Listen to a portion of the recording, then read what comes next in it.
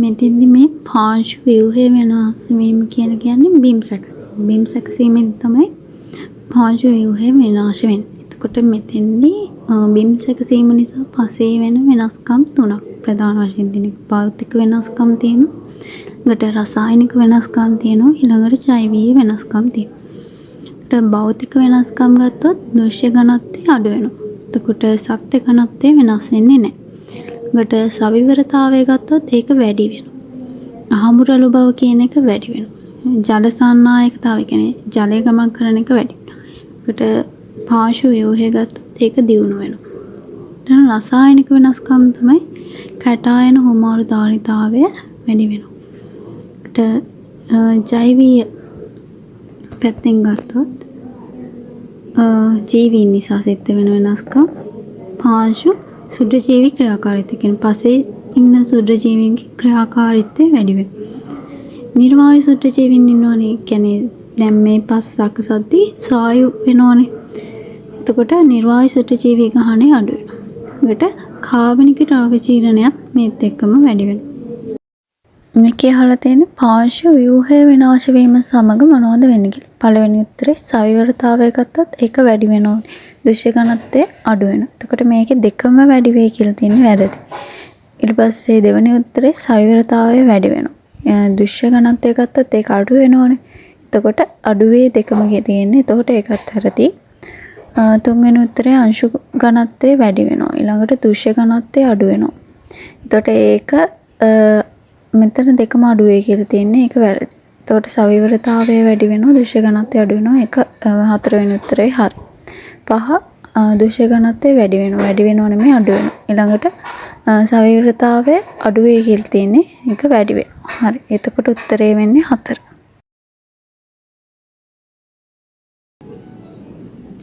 බිම් සැකසීම ගත්තොත් මූලික පියවර කියන්නේ ප්‍රධාන පියවර දෙකක් තියෙනවා. කියන්නේ මූලික බිම් සැකසීම අනිත් එක තමයි මේ අතුරු යද්ගෑම් කියන්නේ පශ්චාත් බිම් සැකසීම කියන්නේ. මේ මූලික බිම් සැකසීම කරන්නේ භෝග ශේෂ්ත්‍රයේ සංස්ථාපනය කරන්න කලින්. ඒ කියන්නේ භෝග ශේෂ්ත්‍රයේ හිටවන්න කලින්. ළඟට අතුරු යද්ගෑම් කියන්නේ භෝග ශේෂ්ත්‍රයේ තියෙද්දිම කරන මේ බිම් සැකසීම කියන්නේ. ඒකට මේ භෝග ශේෂ්ත්‍රය සංස්ථාපනය කරන්න කලින් කියන්නේ මූලික බිම් සැකසීම ගත්තොත් ඒක මේ කොටස් තුනක් ගත හැකි. කියන්නේ ප්‍රාථමික බිම් සැකසීම, ද්විතීයික බිම් සැකසීම, ඊළඟට පාති දැමීම. මූලික බිම් සැකසීම ගත්තොත් එතකොට මේ ප්‍රාථමික බිම් සැකසීමේදී කරන්නේ පස බුරුල් කරන එක. කියන්නේ පස පෙරලනවා. පස පෙරළුවට පස්සේ ඒකේ තියෙන විශාල කැට සහිත පාංශු මත්තු පිටක් හැදෙනවා. ඒ වගේම වල් පැල ඉපෙනනේ මේ පසට යට වෙනවා. ඒ ටික තමයි තෝරන මේ ප්‍රාථමික බිම් සැකසීම. එතකොට ප්‍රාථමික බිම් සැකසීම කොටස් තුනක් තියෙනවා. ගැඹුරු සීසෑම, යටිපස් බුරුල් කිරීම, වසර පුරා බිම් සැකසීම කියලා කොටස් තුනක් තියෙනවා.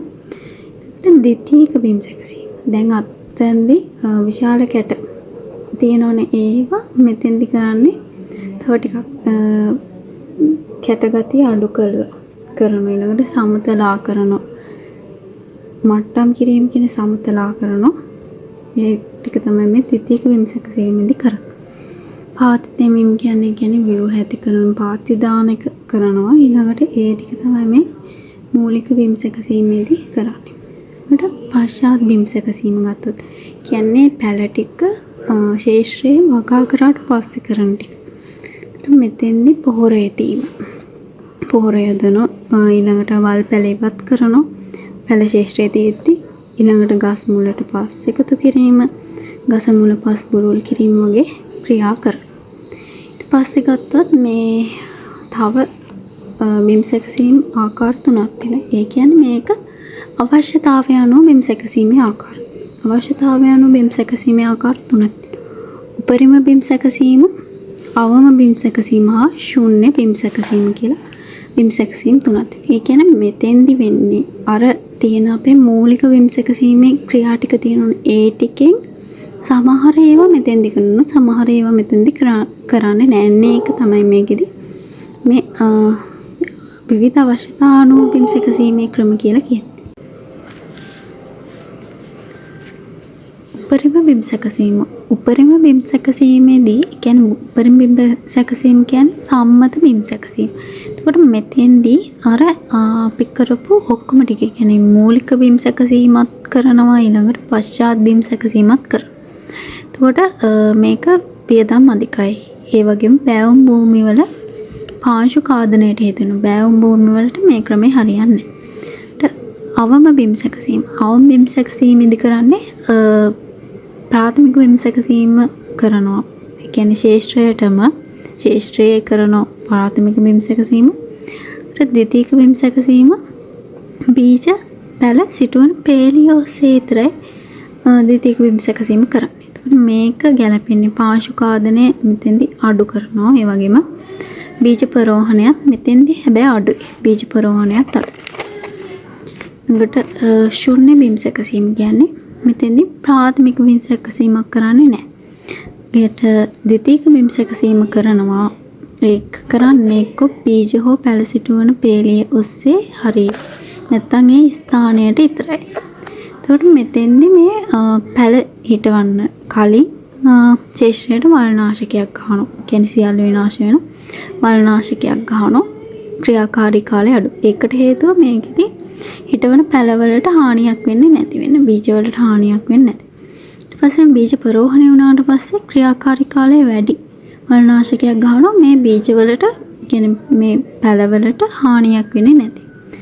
මේක පාංශු කාදනය අවම කරනවා. ඒ වගේම ජලය සංරක්ෂණය කරන ක්‍රමයක්. ඒ වගේම විශාල බීජවලට ගැලපෙන කුඩා බීජවලට මේ ක්‍රමය ගැලපෙන්නේ නැහැ. ප්‍රශ්නේ අහලා තියෙන්නේ ගොවියෙකුට ඔහුගේ බෑවුම් සහිත භූමියේ බඩ ඉරිඟු වගා කිරීමට අවශ්‍ය වී ඇත. ඔහුගේ අභිප්‍රාය වනුයේ පාංශු කාදනය මෙතෙන්දී අවම කරගන්න එක. බීජ සිටුවීම මගින් හොඳ භෝග සංස්ථාපනයක් ලබාගෙන. ගේ භූමියට වඩාත් උචිත බිම් සැකසීමේ ක්‍රමය අහන්නේ. එතකොට මෙතෙන්දී අපි දන්නවා අර අවශ්‍යතාවය අනුව කියන්නේ මේ කාදනය අඩු කරගන්න ඕනේ හින්දා අවශ්‍යතාවය අනුව බිම් සැකසීම ක්‍රම තුන තමයි මෙතෙන් තියෙන්නේ. එතකොට ප්‍රාථමික බිම් සැකසීම කරන්නේ නැහැ. පාංශු කාදනය එතකොට කොහොමද වැඩි වෙනවනේ. ඒකට ද්විතීයික බිම් සැකසීමත් අයින් කරත හැකියි. ගතානුගතික බිම් සැකසීමත් අයින් කරත හැකියි. අපිට මේ දෙක තමයි තියෙන්නේ. ශූන්‍ය බිම් සැකසීමයි ඊළඟට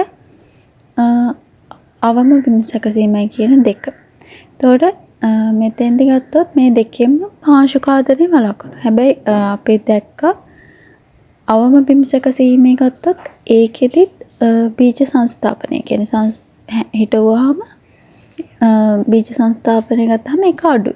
එතකොට ශූන්‍ය බිම් සැකසීම ඊටත් වඩා අඩු වෙන්නේ බාරකටත් වඩා මේ අඩු වෙන්නේ කරන්නේ අර බීජ හෝ පැල සිටවන පේලිය විතරක් තමයි මේ ද්විතීයික බිම් සැකසීම කරන්නේ නැත්නම් ඒ ස්ථානේ. එතකොට අරකට වඩා අඩු වෙනවා. එතකොට මේකේ උත්තරේ වැඩි එක වෙන්න එපයි. බීජ සංස්ථාපනය භෝග සංස්ථාවක් හොඳට හම්බෙන එකක් වෙන්න ඕනේ. එතකොට ඒක දෙන්නේ අවම බිම් සැකසීම. භෝග සංස්ථාපනය කියන්නේ ශේෂ්ත්‍රයේ බීජ එහෙම නැත්නම් පැල ඊළඟට වෙනත් රෝපණ ද්‍රව්‍යයක් වෙන්න පුළුවන්. හිටවලා ඒව භෝගයක් ලෙස වැඩිවීමට සැලසීම තමයි මෙතෙන්දී භෝග සංස්ථාපනය කියලා කියන්නේ. භෝග සංස්ථාපනය ගත්තොත් එතකොට මේකෙදි සමාන ගැඹුරකින් අපි බීජ හිටවුවොත් එතකොට ඒකාකාර පරිණතියක් එකම පරිණතියක් තියෙන භෝග හම්බෙනවා. ඒකට નિયમિત කාලයට අපි මේ භෝග කියන්නේ පැල බීජ සංස්ථාපනය කරොත් භෝගයේ සියලු වර්ධන අවදි වලට සුදුසු පරිසර තත්ත්ව හම්බෙලා ස්වැන්න එතකොට වැඩි වෙනවා. ඒ හින්දා. එතකොට පේලියට සිටවීම මේ තියෙන ඊළඟට බීජ වැපිරීම. පේලියට සිටවීමේදී වෙන්නේ යාන්ත්‍රීකරණය. ඊළඟට අතුරු යත් කෑම වගේ ක්‍රියා පහසු වෙනවා. අතුරු යත් කෑම කිව්වම පොහොර දැමීම, වල් පැල ගැලවීම වගේ ඒවා පහසු වෙනවා. ඊළඟට මෙතෙන්දී පේලියට සිටවීමට නම් තවාණක් සකස් කර යුතුයි. ඒක අවාසියක්. එතකොට බීජ වැපිරීම ගත්තොත් මෙතෙන්දී බීජ වැපිරීමට යන්නේ අඩු ශ්‍රමයක්. ඒ වගේම කාලයත් අඩුයි. ඒක වාසියක්. ඊළඟට බීජ වැපිරීමේදී වැඩි බීජ ප්‍රමාණයක් වපුරන්නනේ. එතකොට වැඩි බීජ ප්‍රමාණයක් ඕන. ඒක තමයි අවාසිය. මේ ප්‍රශ්නේ අහලා තියෙන්නේ භෝග සංස්ථාපනය පිළිබඳ ප්‍රකාශ කීපයක් දීලා තියෙනවා. ඒකෙන් නිවැරදි ප්‍රකාශ තමයි අහන්නේ. එතකොට ඒ දීලා තියෙන බීජ සිටුවීමේදී එකම ගැඹුරක් පවත්වා ගැනීම ඒකාකාරව පරිණත වූ භෝගයක් ලබා ගැනීමට මඟ පැවැත්. එතකොට ඒ හරිනේ.